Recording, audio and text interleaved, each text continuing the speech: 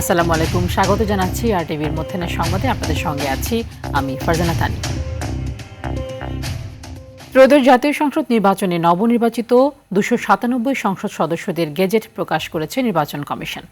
রাতে নির্বাচন কমিশনের সিনিয়র সচিব আক্তার আহমেদ স্বাক্ষরিত এই গেজেট প্রকাশ করা হয়। নির্বাচন কমিশনের ঘোষণা অনুযায়ী 300টির মধ্যে 299টি আসনে ভোট অনুষ্ঠিত হয়। আইনি জটিলতার কারণে 2 আসনে ফলাফল স্থগিত রাখা হয়। প্রার্থীর মৃত্যুর কারণে একটি আসনে ভোট অনুষ্ঠিত হয়নি। এর আগে গত বৃহস্পতিবার ত্রয়োদশ জাতীয় সংসদ নির্বাচন ও সংবিধান সংস্কারের ওপর জাতীয় গণভোট অনুষ্ঠিত হয়। শুক্রবার দুপুরে নির্বাচন কমিশন 297 আসনের চূড়ান্ত ফলাফল ঘোষণা করে। এরপর আনুষ্ঠানিকতা শেষে 297 আসনের গেজেট ঘোষণা করল ইসি। এবারের নির্বাচনে 299 আসনের মধ্যে 297 আসনের ফলাফলে বিএনপি পেয়েছে 209টি আসন। দলটির মিত্র গণ অধিকার পরিষদ, বিজেপি, গণসংহতি আন্দোলন একটি করে আসন পেয়েছে। অন্যদিকে জামায়াতে ইসলামী এককভাবে পেয়েছে 68টি আসন। দলটির নির্বাচনী জোটের সঙ্গী জাতীয় নাগরিক পার্টি এনসিপি পেয়েছে 6টি আসন। আরেক জোট সঙ্গী বাংলাদেশ খেলাফত মজলিস 2টি আসন ও খেলাফত মজলিস পেয়েছে 1টি আসন। এছাড়াও ইসলামী আন্দোলন 1টি এবং 6টি আসনে স্বতন্ত্র প্রার্থীরা জয়ী হয়েছেন। সংবিধানের 148 অনুচ্ছেদে অনুযায়ী প্রজ্ঞাপনের 3 দিনের মধ্যে নির্বাচিতদের শপথ গ্রহণ হবে। প্রতিটি রাজনৈতিক দলগুলো সংস্কার প্রক্রিয়ায় যে সময় ব্যয় করে যুক্ত ছিল, আগামীতেও এর ধারাবাহিকতা বজায় রাখবে বলে আশা করেন প্রধান উপদেষ্টা ডক্টর মোহাম্মদ ইউনূসের বিশেষ সহকারী অধ্যাপক আলী রিয়াজ।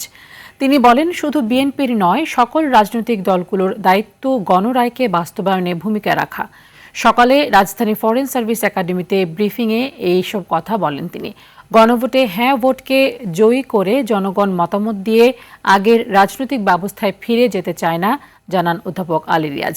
জনগণকে বাদ দিয়ে তিনি বলেন, দেশের বেশিরভাগ মানুষের পরিবর্তনের রায় বাস্তবায়নের দায়িত্ব নবনির্বাচিত সদস্যদের। ভোটের মধ্য দিয়ে সংস্কারের ব্যাপারে যে সুস্পষ্ট গণরায় প্রকাশিত হয়েছে তা বাস্তবায়নের দায়িত্ব রাজনৈতিক দলসমূহের। রাষ্ট্র সংস্কারের ব্যাপারে সকল রাজনৈতিক দল অঙ্গীকারাবদ্ধ। ক্ষমতাসীন দল এবং জাতীয় সংসদ ও সংবিধান সংস্কার পরিষদে প্রতিনিধিত্বকারী দলসমূহ এবং সংসদের বাইরেও যেসব রাজনৈতিক দল আছেন তাদের সকলের প্রতি আহ্বান হচ্ছে, আলাপ আলোচনার মাধ্যমে ঐক্যবদ্ধভাবে এই গণরায় বাস্তবায়ন নিশ্চিত করতে হবে। জাতীয় ঐকমত্য কমিশনের আলোচনার সময় ভিন্ন মতের প্রতি যে শ্রদ্ধা ও সহনশীলতা রাজনৈতিক দলগুলো দেখিয়েছেন এবং আপোষ সমঝোতার যে ঐতিহ্য রচনা করেছেন তা অব্যাহত রেখে আপনাদের অর্থাৎ রাজনৈতিক দলগুলোর প্রণীত জনরায় সমর্থিত এই দলিল বাস্তবায়নের দায়িত্ব আপনাদের উপর অর্পিত হয়েছে। ত্রয়োদশ জাতীয় সংসদ নির্বাচনে বিপুল সংখ্যাগরিষ্ঠতা নিয়ে জয়লাভ করায় বিএনপি চেয়ারম্যান তারেক রহমানকে শুভেচ্ছা ও অভিনন্দন জানিয়েছেন অন্তর্বর্তীকালীন সরকারের প্রধান উপদেষ্টা প্রফেসর মোহাম্মদ ইউনূস। অভিনন্দন বার্তায় তারেক রহমানের উদ্দেশ্যে প্রধান উপদেষ্টা বলেন, গণতান্ত্রিক উত্তরণের ঐতিহাসিক প্রক্রিয়ায় জনগণের এই সুস্পষ্ট রায় দেশের সাংবিধানিক ও গণতান্ত্রিক ধারাবাহিকতা এবং প্রাতিষ্ঠানিক স্থিতিশীলতার ক্ষেত্রে অত্যন্ত গুরুত্বপূর্ণ মাইলফলক হয়ে থাকবে। তিনি আরও বলেন, আমি দৃঢ়ভাবে বিশ্বাস করি রাষ্ট্র পরিচালনার গুরু দায়িত্ব পালনের ক্ষেত্রে তারেক রহমান প্রজ্ঞা, গণতান্ত্রিক মূল্যবোধ ও জনকল্যাণমুখী চেতনার আলোকে দেশকে একটি স্থিতিশীল, অন্তর্ভুক্তিমূলক ও উন্নয়নমুখী পথে এগিয়ে নিয়ে যাবেন।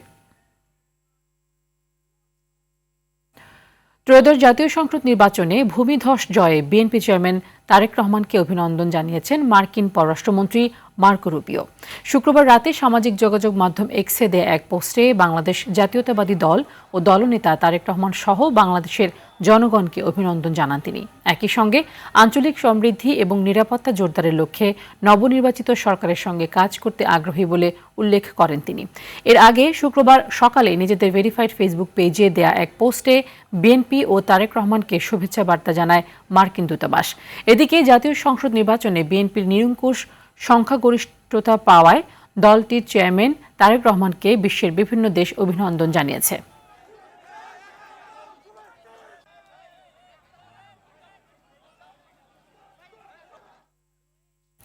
সদ্য সমাপ্ত ত্রয়োদশ জাতীয় সংসদ নির্বাচনের পর এই প্রথম আনুষ্ঠানিকভাবে প্রতিক্রিয়া জানাতে যাচ্ছে বিএনপি। বিকেল ৩টায় রাজধানীর একটি হোটেলে দলের পক্ষ থেকে নির্বাচনের সার্বিক পরিস্থিতি ও ফলাফল নিয়ে কথা বলবেন বিএনপি চেয়ারম্যান তারেক রহমান। দলটির চেয়ারম্যানের প্রেস উইং থেকে বিষয়টি নিশ্চিত করা হয়েছে। সংবাদ সম্মেলনে দেশি বিদেশি গণমাধ্যম কর্মীদের আনুষ্ঠানিকভাবে নির্বাচনের প্রতিক্রিয়া জানাবেন দলের চেয়ারম্যান তারেক রহমান। ত্রয়োদশ জাতীয় সংসদ নির্বাচনে 297টি আসনের ফল প্রকাশ করেছে নির্বাচন কমিশন। এর মধ্যে 209টি আসনে এককভাবে নিরঙ্কুশ জয় পেয়েছে বিএনপি।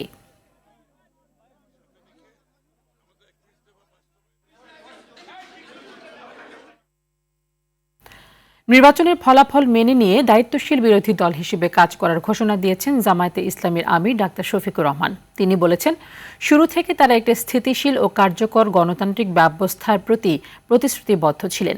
সেই প্রতিশ্রুতিতে এখনো অটল। তারা সামগ্রিক ফলাফলকে স্বীকৃতি দিচ্ছেন এবং আইনের শাসনের প্রতি শ্রদ্ধা জানান তিনি।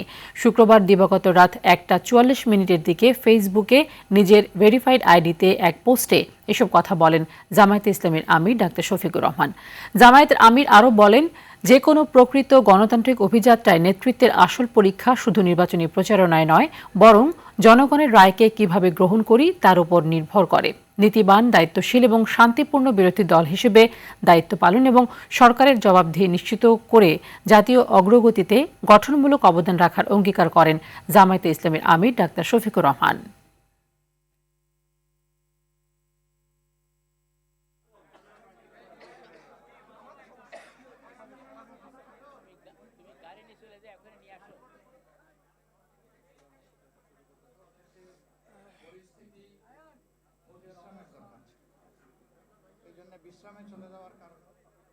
দর্শক, ফরেন সার্ভিস একাডেমিতে কথা বলছেন প্রেস সচিব। আমরা সরাসরি চলে যাচ্ছি সেখানে। কালকে এটা again another example of bad journalism. ওইখানে যিনি রিপোর্টটা করেছেন ওনার উচিত ছিল যিনি রিটার্নিং অফিসার তাকে একটা ফোন দেওয়া, তাহলেই কিন্তু এটার দ্রুত উনি একটা উত্তর পেতেন। উনি তাকে, আপনি যদি রিপোর্টটা দেখেন ওইখানে কিন্তু উনি কাউকেই ফোন দেননি। উনি ইলেকশন কমিশনকেও ফোন দিতে পারতেন, উনি যিনি যেই কেন্দ্র থেকে যেই জায়গা থেকে এটা অরিজিনেট হয়েছে তাকেও ফোন দিতে পারতেন, কাউকেই ফোন দেননি। এটা তো বেসিক জার্নালিজম যে একটা কোশ্চেন হয়েছে আমি কার কাছে উত্তরটা জানবো।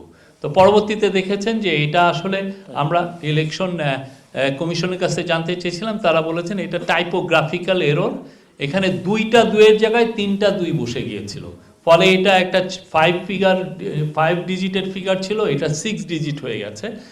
অরিজিনাল যেই ডকুমেন্টে রিটার্নিং অফিসার সাইন করেছেন সেটা ঠিক ছিল এবং ওইটা ইমিডিয়েটলি এটা কারেক্ট করা হয়েছে। Thank you.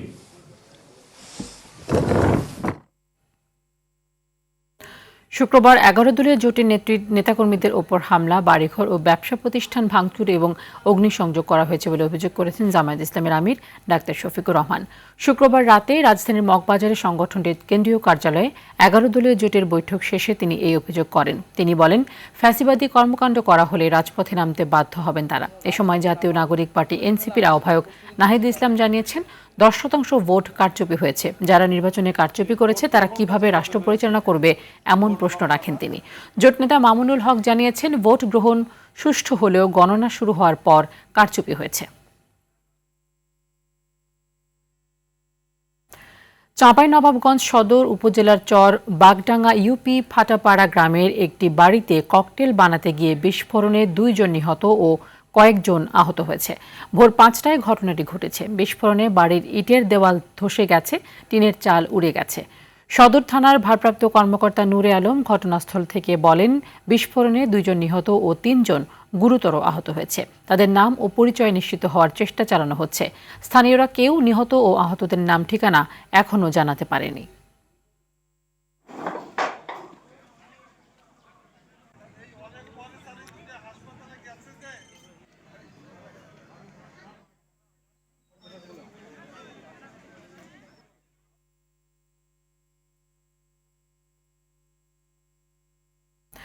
চোদ্দশো বঙ্গাব্দের পহেলা ফাল্গুন আজ। শীতকে বিদায় জানিয়ে ঋতুরাজ বসন্তের আগমনে প্রকৃতিতে লেগেছে রঙের ছোঁয়া। গাছে গাছে নতুন পাতা আর নানা রঙের ফুলের সাজে সেজেছে চারপাশ। মুক্তিযুদ্ধ জাদুঘরের অডিটোরিয়ামে তাই সকাল থেকে শুরু হয়েছে বসন্তের উদযাপন। জাতীয় বসন্ত উদযাপন পরিষদের আয়োজনে অংশ নেন নানা বয়সী মানুষ। নৃত্য সঙ্গীতের তালে তালে মেতেছে গোটা আয়োজন। বাঙালি সংস্কৃতির অবিচ্ছেদ্য অংশ বসন্ত যেন এই বাংলা থেকে হারিয়ে না যায়, এমন প্রত্যাশা আগত অতিথিদের। প্রতি বছর বকুলতলায় খোলা আকাশের নিচে এই উৎসব উদযাপন হলেও নির্বাচনী বাস্তবতায় নিরাপত্তার কথা মাথায় রেখে এবার মুক্তিযুদ্ধ জাদুঘরে উৎসব উদযাপন হচ্ছে। পছন্দের একটা ঋতু, আর বসন্ত উৎসবের জন্য আমি পুরো বছর ওয়েট করি।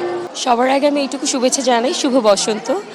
আজকের দিনটা আসলে আমাদের জন্য একটু অপ্রত্যাশিত ছিল, কারণ দুদিন আগে নির্বাচন গিয়েছে, তো আমরা ভাবতেই পারিনি যে আজকে আমাদের এই অনুষ্ঠানটি অনুষ্ঠিত হবে।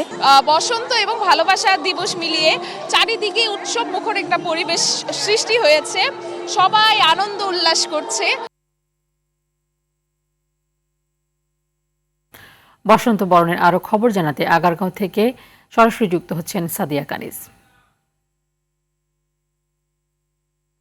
সাদিয়া, বসন্ত এবং ভালোবাসা দিবসের শুভেচ্ছা। আপনাকে একটু জানাবেন যে কেমন দেখতে পাচ্ছেন পয়লা ফাল্গুন এবং ভালোবাসা দিবসের আয়োজন, কি বলছেন আসলে সেখানে আগতরা নির্বাচন পরবর্তী ফাল্গুন উদযাপনকে ঘিরে?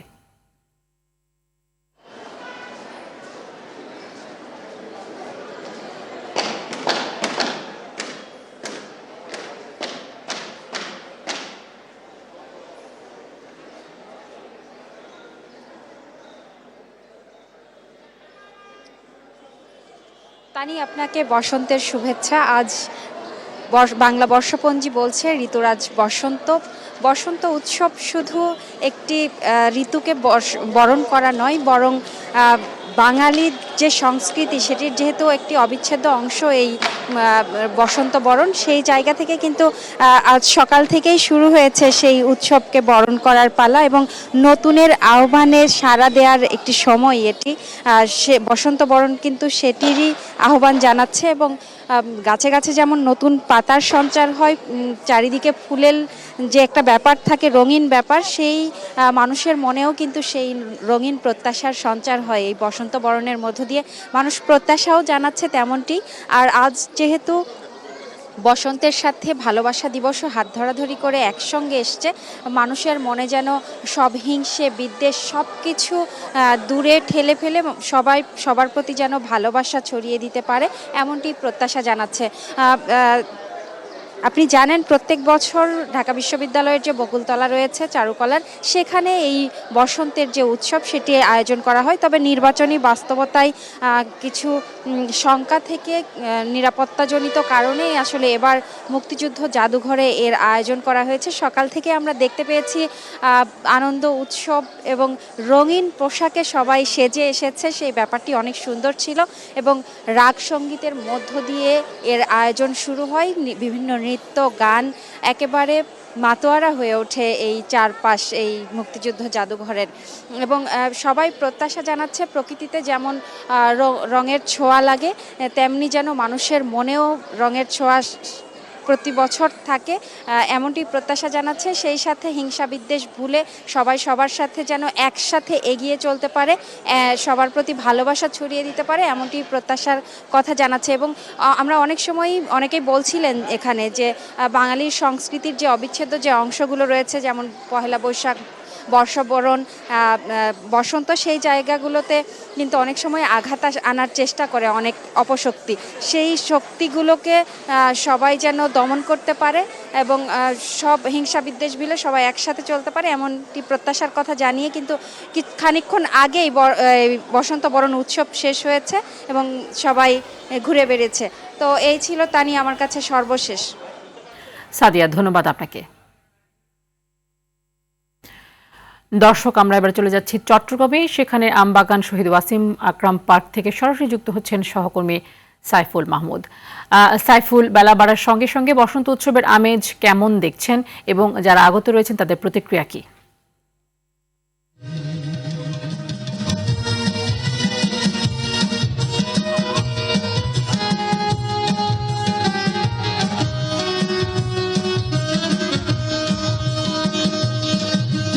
আসলে যেমনটি বলেছেন আজ পয়লা ফাল্গুন, বসন্তের কিন্তু ঋতুরাজ বসন্তের আজকে প্রথম দিন। পুরো চট্টগ্রাম জুড়েই কিন্তু আসলে এক অনন্য সাজে সেজেছে। আমি এই মুহূর্তে দাঁড়িয়ে আছি আসলে শহীদ ওয়াসিম আরকাম পার্কে। এখানে বোধন বসন্ত উৎসব চলছে প্রতি বছরের মতো। এই বছরও কিন্তু আসলে এই উৎসবটি এখানে পালিত হচ্ছে। সকাল থেকেই বিভিন্ন সাংস্কৃতিক সংগঠনের কর্মীরা কিন্তু এখানে এসে নাচ গান আবৃত্তি নৃত্য পরিবেশন করেছেন। এখন কিন্তু একক সঙ্গীত পরিবেশন হচ্ছে। এর আগে চট্টগ্রাম সিটি কর্পোরেশনের মেয়র এখানে এসেছিলেন। তিনি এসে জানালেন আসলে ত্রয়োদশ সংসদ নির্বাচনের পরপরেই এই উৎসবটি বাড়তি আমেজ যোগ করেছে চট্টগ্রামবাসীকে, এবং চট্টগ্রামবাসীও কিন্তু আসলে এই আনন্দের সাথে সামিল হয়েছেন এবং বিভিন্ন জায়গাগুলিতে কিন্তু আসলে এই উৎসব পালিত হচ্ছে। বিশেষ করে এই শহীদ ওয়াসিম আকরাম পার্কে কিন্তু আসলে এটি খুব বড়সড় করে পালন হচ্ছে। সকাল 9টা থেকে বিকাল 3টা পর্যন্ত এই উৎসবটি পালন করা হবে এবং এখানে যারা যে এখানে আসলে যে উৎসবটি পালন করা হচ্ছে এটি কিন্তু আসলে খুব বড় করে পালন করা হচ্ছে। এবং একই সাথে মেয়র মহোদয় বলেছেন প্রতি বছর আসলে এই উৎসবটিকে আরো জমজমাট করে কিভাবে পালন করা যায় সেই বিষয়টি তারা দেখবেন।